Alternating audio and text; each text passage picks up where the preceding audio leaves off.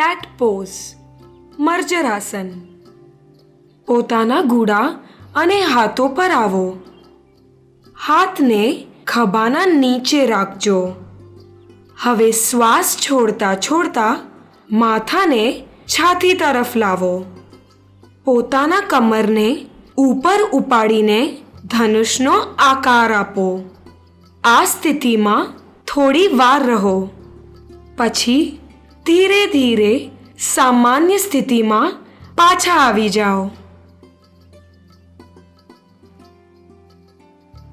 મર્જરાસન કરવાના ફાયદા: પેટ સારા આકારમાં આવી જાય છે.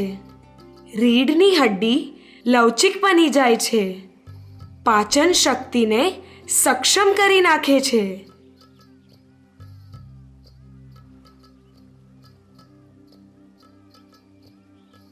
મર્જરાસન કરતી વખતે ખાસ ધ્યાન આપજો. અગર તમારા પીઠ અને ડોકમાં દુખાવો આવે તો મર્જરાસન નહીં કરતા.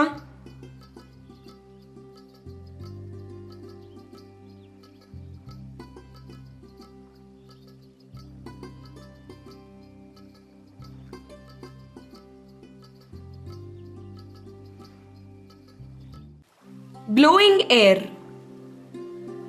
આ આસન તમે બેસીને અથવા ઊભા રહીને પણ કરી શકો છો. આને કરતી વખતે તમારા રીઢની હડ્ડી એકદમ સીધી હોવી જોઈએ. મોઢામાં હવા ભરી હોઠને બહારની તરફ કાઢવા. હવે ધીરે ધીરે હવાને છોડો. એવી તાજ જેવી તમે કોઈ ફુગ્ગામાં હવા ભરતા હો.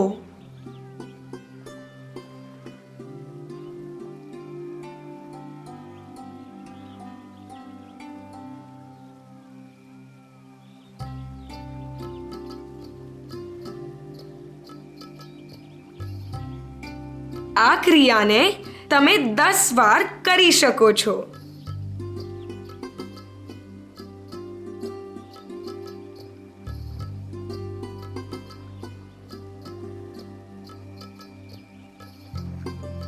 આ યોગા આસનના ફાયદા: ડબલ ચિનની સમસ્યાથી મુક્તિ મળી જશે. ગળામાં ખેંચતાણના કારણે સળ કે વાટો નહીં પડે.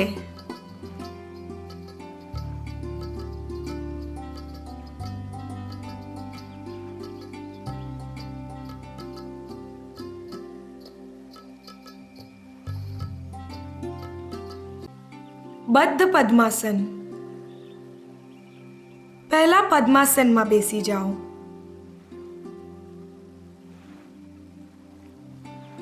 હવે તમારો ડાબો હાથ પીઠના પાછળથી આગળ લાવીને પોતાના ડાબા પગના અંગૂઠાને પકડી લો. આ પ્રક્રિયાને જમણી બાજુથી પણ કરજો. હવે તમે બદ્ધ પદ્માસનમાં છો. આ સ્થિતિમાં થોડી વાર રહો. હવે ધીરે ધીરે પહેલાના સ્થિતિમાં આવી જાઓ.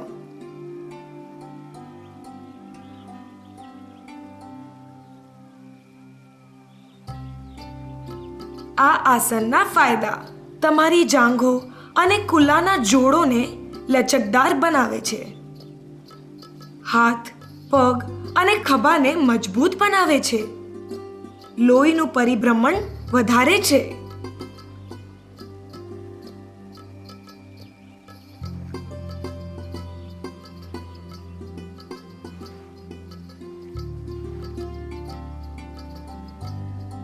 સાવધાનીઓ: કમર અથવા પીઠના દુખાવાવાળા આ આસન નહીં કરતા. ખભા કે હાથના હડ્ડીમાં વાગ્યું હોય તો પણ આ આસન નહીં કરતા.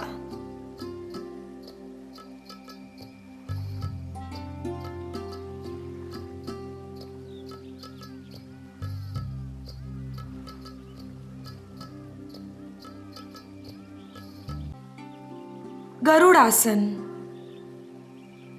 પહેલા સીધા ઊભા રહી જાઓ. હવે તમારો જમણો પગ ડાબા પગની ઉપર રાખો. તમારો જમણો પગ જમીન પર હોય અને ડાબા પગની જાંઘ જમણા પગ પર હોય.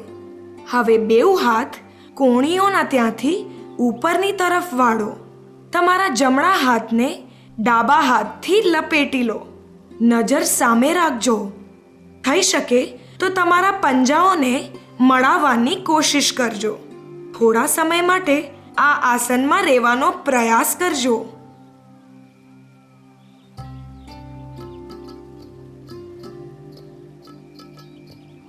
હવે આ જ પ્રક્રિયા તમારા બીજા પગથી પણ કરજો.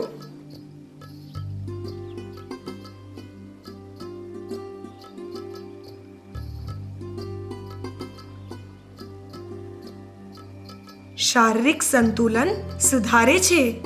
કુલ્લા અને જાંઘ મજબૂત બનાવે છે. પીઠ લચકદાર બનાવે છે. પગના માંસ અને હડ્ડીઓને પણ મજબૂત બનાવે છે. ઘૂંટણનો દુખાવો હોય તો આ આસન ના કરતા. કોણીઓમાં દુખાવો હોય તો પણ આ આસન નહીં કરતા. બ્રિજ પોઝ, સેતુ બંધાસન. પહેલા પીઠની તરફ લેટી જાઓ.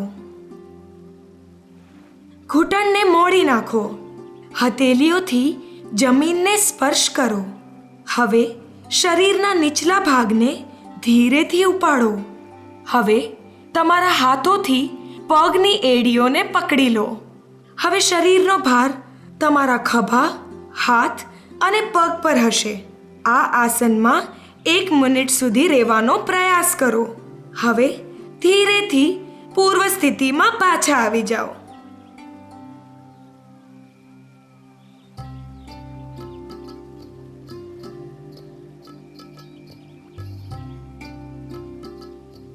આ આસનના ફાયદા: પીઠને મજબૂત બનાવે છે, પાચન શક્તિ સારી કરે છે, નળી અને છાતીના માંસ અને હડ્ડીઓને મજબૂત કરે છે, રીઢની હડ્ડીને પણ મજબૂત કરે છે.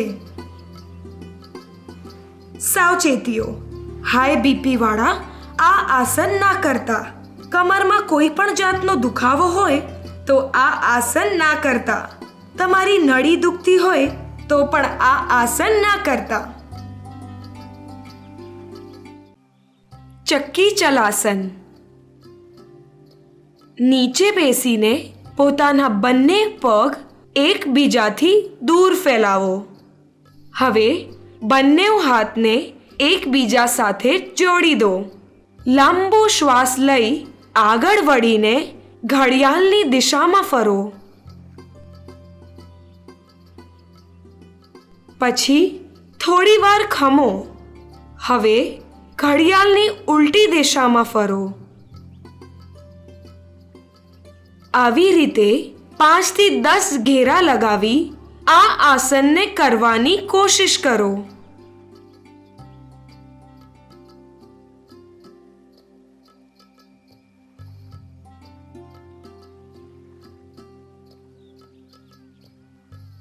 આ આસનના ફાયદા: આ આસન રીઢની હડ્ડીને લચકદાર બનાવે છે. આ આસનના પ્રયોગથી તાણ દૂર થાય છે. આ આસનના અભ્યાસથી પેટ અને પીઠની ચરબી ઓછી થાય છે.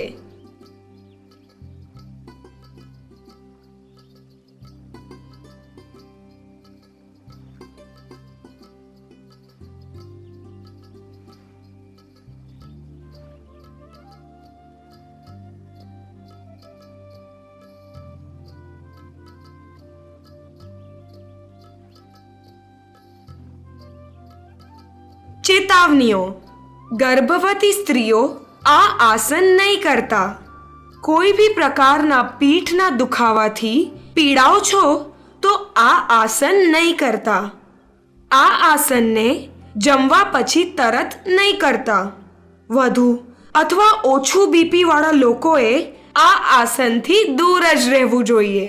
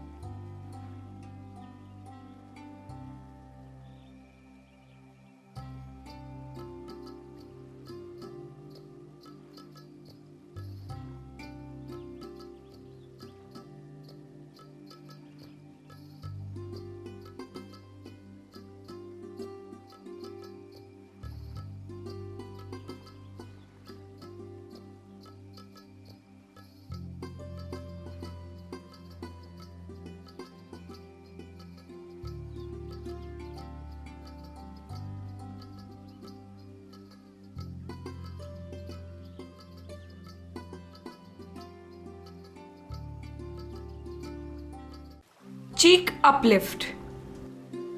આ આસન તમે બેસીને અથવા ઊભા રહીને પણ કરી શકો છો. હવે મોઢા પર એક મોટી સ્માઇલ લાવો. હવે તમારા બંને આંગળીઓથી પોતાના ગાલોને ઉપર ઉઠાવો. આ સ્થિતિમાં થોડી વાર રહીને પૂર્વ સ્થિતિમાં પાછા આવી જાઓ. તમે આ સ્થિતિને 10 વાર કરી શકો છો.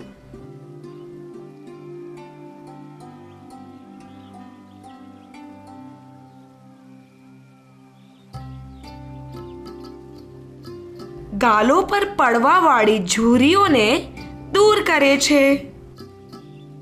ગાલો પર જામેલી ચરબીને ઓછી કરે છે. ગાલો પર સુંદર બનાવટ લાવે છે.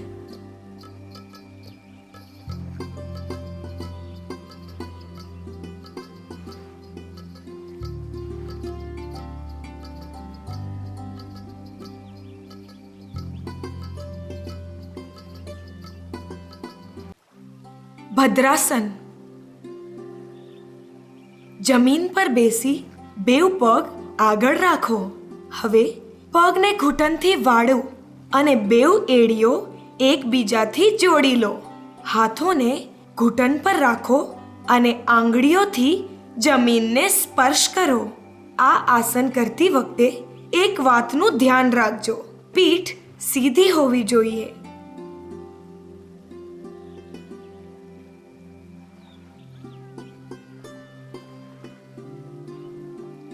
ભદ્રાસનના ફાયદા. રીઢની હડ્ડીને મજબૂત બનાવે છે. પગને પણ મજબૂત બનાવે છે. સાવધાનીઓ. ઘૂંટણમાં દુખાવો હોય તો આ આસન ના કરતા. કમરમાં દુખાવો હોય તો પણ આ આસન ના કરતા.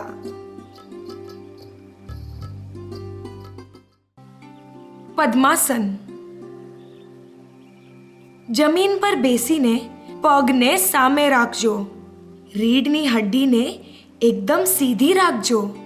જ્યારે શ્વાસને અંદર લઈએ ત્યારે એક પગને બીજી સાથળ પર લઈ આવો. આ પ્રક્રિયા બીજા પગ સાથે પણ કરજો. હવે તમે પદ્માસનમાં છો. જ્યાં સુધી તમને ફાવે ત્યાં સુધી તમે આ આસનમાં બેસી શકો છો.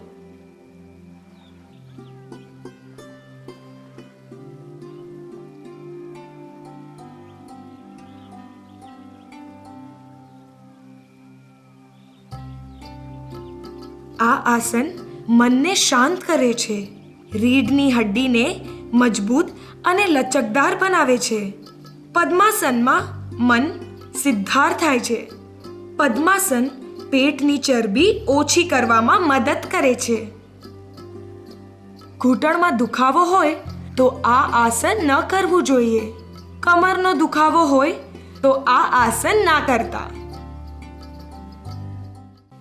Child pose. બાલાસન. પહેલા વજ્રાસનમાં બેસી જાઓ. હવે નીચે ઝૂકીને પોતાની કોણીઓને જમીન પર ટેકાવી દો. પછી માથાને પણ જમીન પર ટેકાવી દો.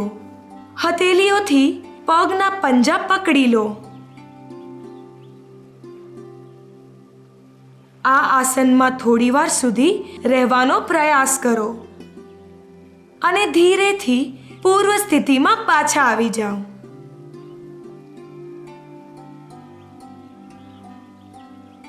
કુલ્લાના માંસમાં મજબૂતી લાવે છે.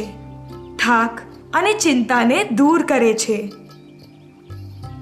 કમરના દુખાવાવાળા આ આસનથી દૂર રહેજો. ઘૂંટણના દુખાવાવાળા આ આસનથી દૂર રહેજો. હાઈ બીપી વાળા આ આસન ના કરતા.